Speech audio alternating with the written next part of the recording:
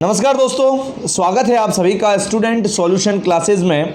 मैं आनंद कुमार पुरोहित आप सभी का तहे दिल से हार्दिक स्वागत करता हूं हमारी इस सीरीज़ जिसका नाम है सक्षम, जो चली है आपको सक्षम बनाने की। और ये सक्षम सीरीज चालू हो चुकी है। यहाँ पर सक्षम क्या है इसके बारे में पूरी जानकारी पहले भी दी जा चुकी है और भी आगे आपको मिली हुई है। A complete online free course for 10th social science, पूरी जानकारी इसमें दे रखी है। नीचे भी आपके डिस्क्रिप्शन में दे रखी है आप कैसे सक्षम के कोर्स को ज्वाइन कर सकते हैं, कैसे आप क्वेश्चन आंसर प्राप्त कर सकते हैं, कैसे आप अलग अलग टाइप के पेपर्स प्राप्त कर सकते हैं, किस तरह आपको सारे नोट्स अवेलेबल हो सकते हैं, पूरी की पूरी जानकारी दे रखी है। हमारा चैप्टर चल रहा है सेंट्रल गवर्नमेंट। सेंट्रल गवर्नमेंट के अंदर हमने बहुत सारी चीज़ों को ऑलरेडी पढ़ लिया है। अब ये हम जानते हैं कि सरकार के 3 भाग हैं। 3 भाग में एक भाग है आपके लेजिस्लेचर, एक भाग है एग्जीक्यूटिव, एक भाग है जुडिशरी। आज हम शुरू करने जा रहे हैं, लेजिस्लेचर हमने पूरा कर लिया। देखिए लेजिस्लेचर जो हमने पढ़ा तो हमने स्टार्ट में एक बात की थी कि भैया व्यवस्थापिका जो होती है उसके अंदर लोकसभा होती है, उसके अंदर राज्यसभा होती है और तीसरे बंदा होता है इसके अंदर हमारे प्रेसिडेंट यानी हमारे राष्ट्रपति महोदय। ठीक है जी, ये होते हैं। तो हमने लोकसभा को पूरा पढ़ा, राज्यसभा को पूरा पढ़ा। लोकसभा और राज्यसभा की मिला के शक्तियाँ क्या है, राज्यसभा की अलग क्या है, लोकसभा की क्या है, पूरा का पूरा उसको डिफाइन करके पूरा का पूरा हमने स्टडी कर लिया। अब हमें पढ़ना है राष्ट्रपति के बारे में। अब राष्ट्रपति के बारे में जब हम पढ़ने जा रहे हैं तो राष्ट्रपति जो है वो केंद्र सरकार के अंदर कार्यपालिका का भी एक भाग है। तो हम स्टार्ट करते हैं एग्जीक्यूटिव्स को पढ़ना हम स्टार्ट कर रहे हैं, प्रारंभ कर रहे हैं। क्या है तो जो कार्यपालिका होती है उसके अंदर राष्ट्रपति होते हैं, उसके अंदर वाइस प्रेसिडेंट यानी उपराष्ट्रपति भी होते हैं, उसके अंदर प्राइम मिनिस्टर प्रधानमंत्री होते हैं, उसके अंदर काउंसिल ऑफ मिनिस्टर्स यानी मंत्री परिषद होती है और उसके अंदर होते हैं हमारे अटॉर्नी जनरल ऑफ इंडिया यानी कि भारत के महान्यायवादी जो है वो भी इसी के अंतर्गत होते हैं। इससे मिलकर पूरी हमारी कार्यपालिका का निर्माण होता है। हमारी कार्यपालिका जो है वो यहाँ से बच्चों तैयार हो जाती है। ओके, आगे हम पढ़ने जा रहे हैं प्रेसिडेंट के बारे में। आज हम पढ़ेंगे प्रेसिडेंट क्या है, कौन से उसके लिए आर्टिकल्स है और प्रेसिडेंट का चुनाव कैसे होता है और कैसे उसको हटाया जा सकता है। इतनी चीज़ों के बारे में पढ़ेंगे। प्रेसिडेंट की शक्तियों के बारे में हम कल की क्लास में अध्ययन करेंगे। चलिए शुरू करते हैं। हम बात करते हैं राष्ट्रपति की। तो राष्ट्रपति जो है उसके लिए हमें कुछ आर्टिकल्स याद रखने होंगे और आर्टिकल में 3 आर्टिकल है, आर्टिकल कंटिन्यू है, अनुच्छेद 52, 53 और 54। मैंने आपको अनुच्छेद 54 याद करवाया था। अगर आपको याद हो तो हमारे राष्ट्रपति जी चले साइकिल पर, कहाँ पर चले थे, चुनाव के लिए चले थे और रास्ते में साइकिल क्या हो गई थी, पंचर हो गई थी। रास्ते में साइकिल क्या हो गई थी, पंचर हो गई थी। तो हमने पंचर 5 और 4 ये आर्टिकल याद कर लिया था। ये है राष्ट्रपति के चुनाव के लिए। लेकिन राष्ट्रपति हो उसके लिए जो सबसे बड़ा पंच है वो ये है कि पंच 2 राष्ट्रपति है, पंच 2। ठीक है, तो पंच 2 यानी 5 2 5 3 और 5 4। अभी कंटिन्यू याद कर लेना, ठीक है ना। 52, 53 और 54। आर्टिकल 52 कहता है कि भारत का एक राष्ट्रपति होगा, an office of the president in India. President in India, Bharat में एक राष्ट्रपति होगा। आर्टिकल 53 कहता है कि वो सभी कार्यपालिका शक्तियों का हेड होगा। Executive power of the state union will be in the hands of the president. संघ की कार्यपालिका शक्तियां जो होगी वो सारी की सारी राष्ट्रपति के अंदर होगी।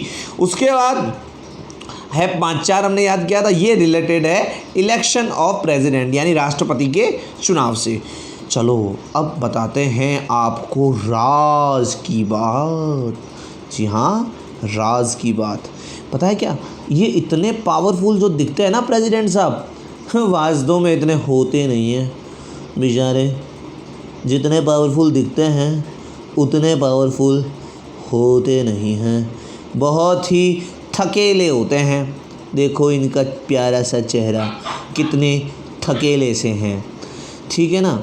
क्योंकि इनके पास जो पावर्स है वो दिखने में है, वो दिखने की पावर है ना। आप इस तरीके समझ सकते हो कि जैसे है ना घर के अंदर एक अवस्था आने के बाद में दादाजी है तो, और दादाजी के नाम से काम हो रहा है, बट उस काम को दादाजी खुद थोड़ी कर रहे हैं, पापा ही सारा काम कर रहे हैं। बट जो नाम है, घर में कुमकुम पत्री आएगी तो दादाजी का नाम लिखा होगा, घर से कोई पैसा जाएगा, किसी को गिफ्ट जाएगा तो उस पर भी दादाजी का ही नाम लिखा होगा कि भाई तो फैमिली के अंदर हमारे जो मुखिया है उन्हीं को रिप्रेजेंट करेंगे। तो जो दादाजी की घर में स्थिति है वो स्थिति सेम टू सेम देश में राष्ट्रपति जी की होती है। ये दिखते तो बड़े पावरफुल है ना, देखो शक्ल देखो इनकी, कितने पावरफुल दिख रहे हैं, डोले शोले हैं आलू, बट रियल में बेचारे ऐसे होते हैं, यानी इनके पास इतनी पावर्स होती नहीं है। ठीक है ना। क्यों नहीं होती है तो मैं आपको बताता हूं कि राष्ट्रपति जो होता है वो होता है formal supreme head of the executive, यानी कि वो हमारी कार्यपालिका का औपचारिक प्रधान होता है, यानी कि ये केवल नाम का प्रधान होता है, लेकिन वास्तविक काम कौन करता है, वही करता है जो हर महीने एक बार आता है और कहता है भाइयों बहनों प्रधानमंत्री जी हमारे, है ना, ये होते हैं कार्यपालिका के वास्तविक प्रधान। तो बच्चों हमने क्या सीखा कि भैया हमारे जो राष्ट्रपति जी है वो तो औपचारिक प्रधान है, और जो आता है ना भाइयों बहनों हमारे प्रधानमंत्री जी, ये हैं हमारी कार्यपालिका के एग्जीक्यूटिव के एक्चुअल हेड है। समझ में आ रहा है। देखो मेरे को बहुत सारे बच्चों की डिमांड आ रही थी कि सर जो है आप प्लीज़ हिंदी में भी नोट्स उपलब्ध करवाइए, तो मैं आपके लिए हिंदी में भी नोट्स लेकर आ चुका हूँ। तो बाइलिंगुअल अब चलेगा सारा का सारा खेल। तो उस हमारे जो राष्ट्रपति जी है ना, इसकी position same to same Britain के किंग के जैसी होती है। ब्रिटिश के अंदर जो सम्राट होता है, ब्रिटिश के अंदर हम आज भी जो क्राउन का शासन है ना, क्राउन का शासन है, ब्रिटेन के क्राउन का शासन है। तो ब्रिटेन के अंदर जो स्थिति वहाँ के राजा की है वो स्थिति भारत में राष्ट्रपति की होती है। आगे बढ़ते हैं। राष्ट्रपति अगर आप बनना चाहते हो तो आपको क्या क्या योग्यताएं आपके अंदर होनी चाहिए। तो सबसे पहले तो आप सनी देओल होने चाहिए। मजाक कर रहा हूँ जी, सनी देओल तो कैसे हो गए, इंडियन, जी हाँ इंडियन है ना, इंडियन फिल्म देखी है सनी की, हाँ बहुत ज़बरदस्त, वही जो हेडपम्प वेडपम्प सब कुछ उखाड़ सकता है। भारतीय होना चाहिए सबसे पहले। दूसरी जो शर्त है वो शर्त है बच्चों कि राष्ट्रपति जो हो वो 35 साल की उम्र कम से कम पार कर चुका हो, है ना, क्योंकि अनुभवी होना चाहिए। तीसरी जो शर्त निकल कर आती है वो है कि वो लोकसभा के सदस्य बनने की योग्यता रखता हो, यानी उसके अंदर qualification to be elected as a member of Lok Sabha. Lok Sabha की जो क्वालिटीज़ हमने पढ़ी है वो क्वालिटीज़ उसके अंदर होनी चाहिए, और वो क्वालिटीज़ के अंदर पढ़ाई था दिवालियापन नहीं लिखना हुआ होना चाहिए, पागल नहीं होना चाहिए, है ना, ये सब क्वालिटी तो होनी ही चाहिए। साथ साथ किसी भी लाभ के पद पर राष्ट्रपति जी नहीं हो सकते। अगर किसी लाभ के पद पर है राष्ट्रपति जी तो उन्हें अपना पद त्याग करना पड़ता है। ठीक है ना, ये ध्यान आपको रखना है बच्चों। फिर अगली बात हम बता देते हैं कि president can not be member of any house. ये ध्यान रहे, ना तो राष्ट्रपति लोकसभा का मेंबर होता है ना ही राज्यसभा का मेंबर होता है। जैसे हमने स्पीकर पढ़ा था ना, स्पीकर क्या होता है, लोकसभा का मेंबर होता है, और उपराष्ट्रपति जो होता है वो राज्यसभा के अंदर उसको मेंबरशिप लेनी पड़ती है। बट प्रेसिडेंट जो होता है वो किसी भी सदन का सदस्य नहीं होता है। आइए बच्चों अब बात करते हैं इनका इलेक्शन की, इलेक्शन ऑफ प्रेसिडेंट। तो जो राष्ट्रपति जी है उनका चुनाव जो है वो डायरेक्टली नहीं होता है, उनका चुनाव होता है इनडायरेक्टली। उनका चुनाव होता है बच्चों इनडायरेक्टली चुनाव होता है, अप्रत्यक्ष चुनाव होता है। और ये अप्रत्यक्ष चुनाव दो प्रकार की पद्धतियों को अपनाकर होता है। उनमें एक पद्धति है प्रोपोर्शनल रिप्रेजेंटेशन यानी आनुपातिक प्रतिनिधित्व प्रणाली, और दूसरी है सिंगल ट्रांसफरेबल वोट सिस्टम। देखो आनुपातिक प्रतिनिधित्व प्रणाली क्या है, मैं आपको शॉर्ट में समझा देता हूँ।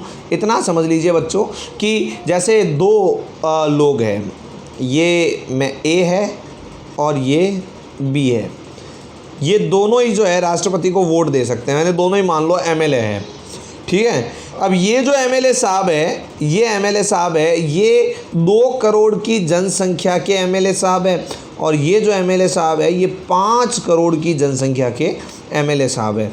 उस स्थिति में ये 2 करोड़ के हैं और ये 5 करोड़ की जनसंख्या के एमएलए साहब है, तो सीधी सी बात है इनके वोट की वैल्यू ज़्यादा होगी कि इनके वोट की वैल्यू ज़्यादा होगी? ऑब्वियसली किनके वोट की वैल्यू ज़्यादा होगी जी? इनके वोट की वैल्यू क्या होगी? ज़्यादा होगी। तो यही होता है आनुपातिक प्रतिनिधित्व प्रणाली।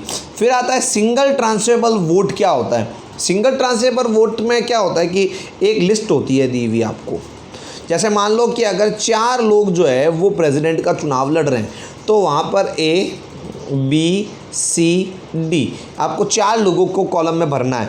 ठीक है, आपको क्या ना प्रायोरिटी देनी है कि भाई चार है तो चारों को भरना पड़ेगा। बस आपको प्रायोरिटी देनी है कि भाई मेरे को ये ज़्यादा पसंद है, ये कम, ये सबसे कम, ऐसे प्रायोरिटी दे। इसको बोलते हैं सिंगल ट्रांसफरेबल वोट। इससे वोट क्या रहता है? एकदम गुप्त रहता है, गुप्त मतदान हो जाता है। ठीक है ना, ध्यान रहे। अब आप ये देखिए कि अप्रत्यक्ष चुनाव में शामिल कौन कौन होता है, कौन कौन इसमें भाग लेते हैं।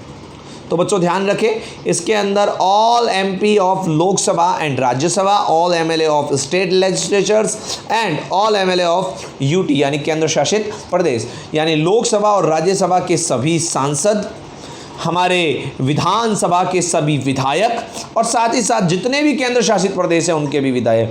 ये चीज़ जुड़ी है बच्चों 70वां जो हमारा संविधान संशोधन हुआ 1992 में, उसके बाद ये चीज़ यहाँ पर जुड़ी है, ध्यान रखें। तो यहाँ पर इनको क्या डालना होता है जी? सभी वोट डालते हैं। ये वोटिंग सिस्टम जो है इसको बोलते हैं एकल संक्रमणीय पद्धति, और यहाँ पर आपका वोट क्या रहता है? बिल्कुल गुप्त रहता है, ये ध्यान रहे। फिर क्या है बच्चों? उसके बाद to become successful in the election the candidate has to obtain a minimum quota. ठीक है ना, तो इनको क्या चाहिए? अगर आपको चुनाव जीतना है तो कम से कम मिनिमम कोटा बार बार लाना पड़ता है। 3-4 बार ये प्रक्रिया चलती है, उसमें मिनिमम कोटा लाना पड़ता है। ये मिनिमम कोटा या न्यूनतम कोटा जो है वो कैसे निकाला जाता है? इसमें दिए गए वैध मतों की संख्या, यानी जो वोट दिए गए हैं, और निर्वाचित होने वाले प्रतिनिधियों की संख्या। जो उम्मीदवार है, जो 4 जने हैं, मान लो A, B, C, D, तो ये 4 जने हैं तो बटा 4 कर देंगे, 3 जने हैं तो 3 कर देंगे और प्लस 1। तो एक एग्जांपल ले लेते हैं। मान लीजिए कि वोट है टोटल 27, ठीक है, और निर्वाचित होने प्रतिनिधि संख्या कितनी है? 3, तो ये कितना हो गया? 9 प्लस 1 किया तो कितना हो गया बच्चों? 10। यानी कि जो भी प्रेसिडेंट बनना चाहता है उसको कम से कम 10 तो वोट लेने ही पड़ेंगे। ये 10 मिनिमम कोटा तो हासिल करना पड़ेगा। फिर आगे आते हैं, अगली चीज़ है कि राष्ट्रपति बना लिया तो राष्ट्रपति को हटाया कैसे जा सकता है? वैसे राष्ट्रपति का जो टेन्योर होता है बच्चों 5 साल का होता है, लेकिन हम उसे आर्टिकल 61, हाँ 61 है, 61 में हम जानते हैं ना सरकारी सेवा जो होती है वो 60 साल की होती है। 61 में तो आदमी को क्या करना होता है? रिटायर लेना होता है। तो 61 से याद कर लेना, 61 में तो रिटायरमेंट है। ये है वो आर्टिकल जो रिमूव कर सकता है राष्ट्रपति को महाभियोग के द्वारा। अब पूरी प्रक्रिया को समझा देता हूँ क्या है। सबसे पहले क्या होता है? स्टेप 1 ये है कि चाहे लोकसभा हो चाहे राज्यसभा, लोकसभा या राज्यसभा, कोई भी इम्पीचमेंट बिल लेकर आ सकता है। कोई भी इम्पीचमेंट बिल लेकर आ सकता है और उस इम्पीचमेंट बिल पर 1/4 वोटिंग से वो पास होना ज़रूरी हो जाता है। ये महाभियोग प्रस्ताव है। ये महाभियोग प्रस्ताव जो है वो 1/4 से पास होता है और पास होने के 14 दिन बाद में ये नोटिस जाता है राष्ट्रपति के पास। 14 दिन बाद में इस पर कार्रवाई होनी शुरू होती है। उसी चाहे अगर मान लो एक बार कि लोकसभा जो है ये इम्पीचमेंट बिल लेकर आए तो लोकसभा में ही वापस डिस्कशन होगा, उस पर जांच पड़ताल होगी जहां पर महाभियोग चालू हुआ है। यहाँ से फिर ये 2/3 से एकदम पास हो गया तो फिर ये चला जाता है नेक्स्ट हाउस में। नेक्स्ट हाउस राज्यसभा भी हो सकता है, लोकसभा भी हो सकता है। तो नेक्स्ट हाउस, लोकसभा से अगर लेकर चल रहे हैं तो नेक्स्ट हाउस हो गया राज्यसभा। राज्यसभा में ये जाता है। राज्यसभा दूसरा सदन है, ये क्या करवाती है? ये भी अपने स्तर पर क्या करवाता है? जांच करवाता है। और जांच करवाने के बाद ये भी अगर इसको 2/3 से पास कर देता है तो फिर हमारे राष्ट्रपति जी को चेहरा उतारकर राम राम करके निकलना पड़ता है। तो ये था राष्ट्रपति को चुनना, राष्ट्रपति को हटाना। आशा करता हूँ कि आपको ये एकदम अच्छे से चीज़ें समझ में आ रही हैं। मैं एक ही चीज़ आपसे चाहता हूँ कि आप ज़्यादा से ज़्यादा वीडियो को लाइक करें, कमेंट करें और शेयर करें अपने दोस्तों के साथ। और अधिक से अधिक लोगों को आप सक्षम से जोड़िए। बिल्कुल फ्री ऑफ कॉस्ट ये चलाया जा रहा है, तो प्लीज़ प्लीज़ प्लीज़ आप सक्षम से अवश्य रूप से जुड़े और भी लोगों को जोड़िए। डिस्क्रिप्शन में पूरी इसकी जानकारी दे रखी है, उस जानकारी को आप फॉलो कीजिए और आप हमारे कोर्स में जुड़ सकते हैं। Thank you very much, thanks for watching. देखते रहिए और सीखते रहिए।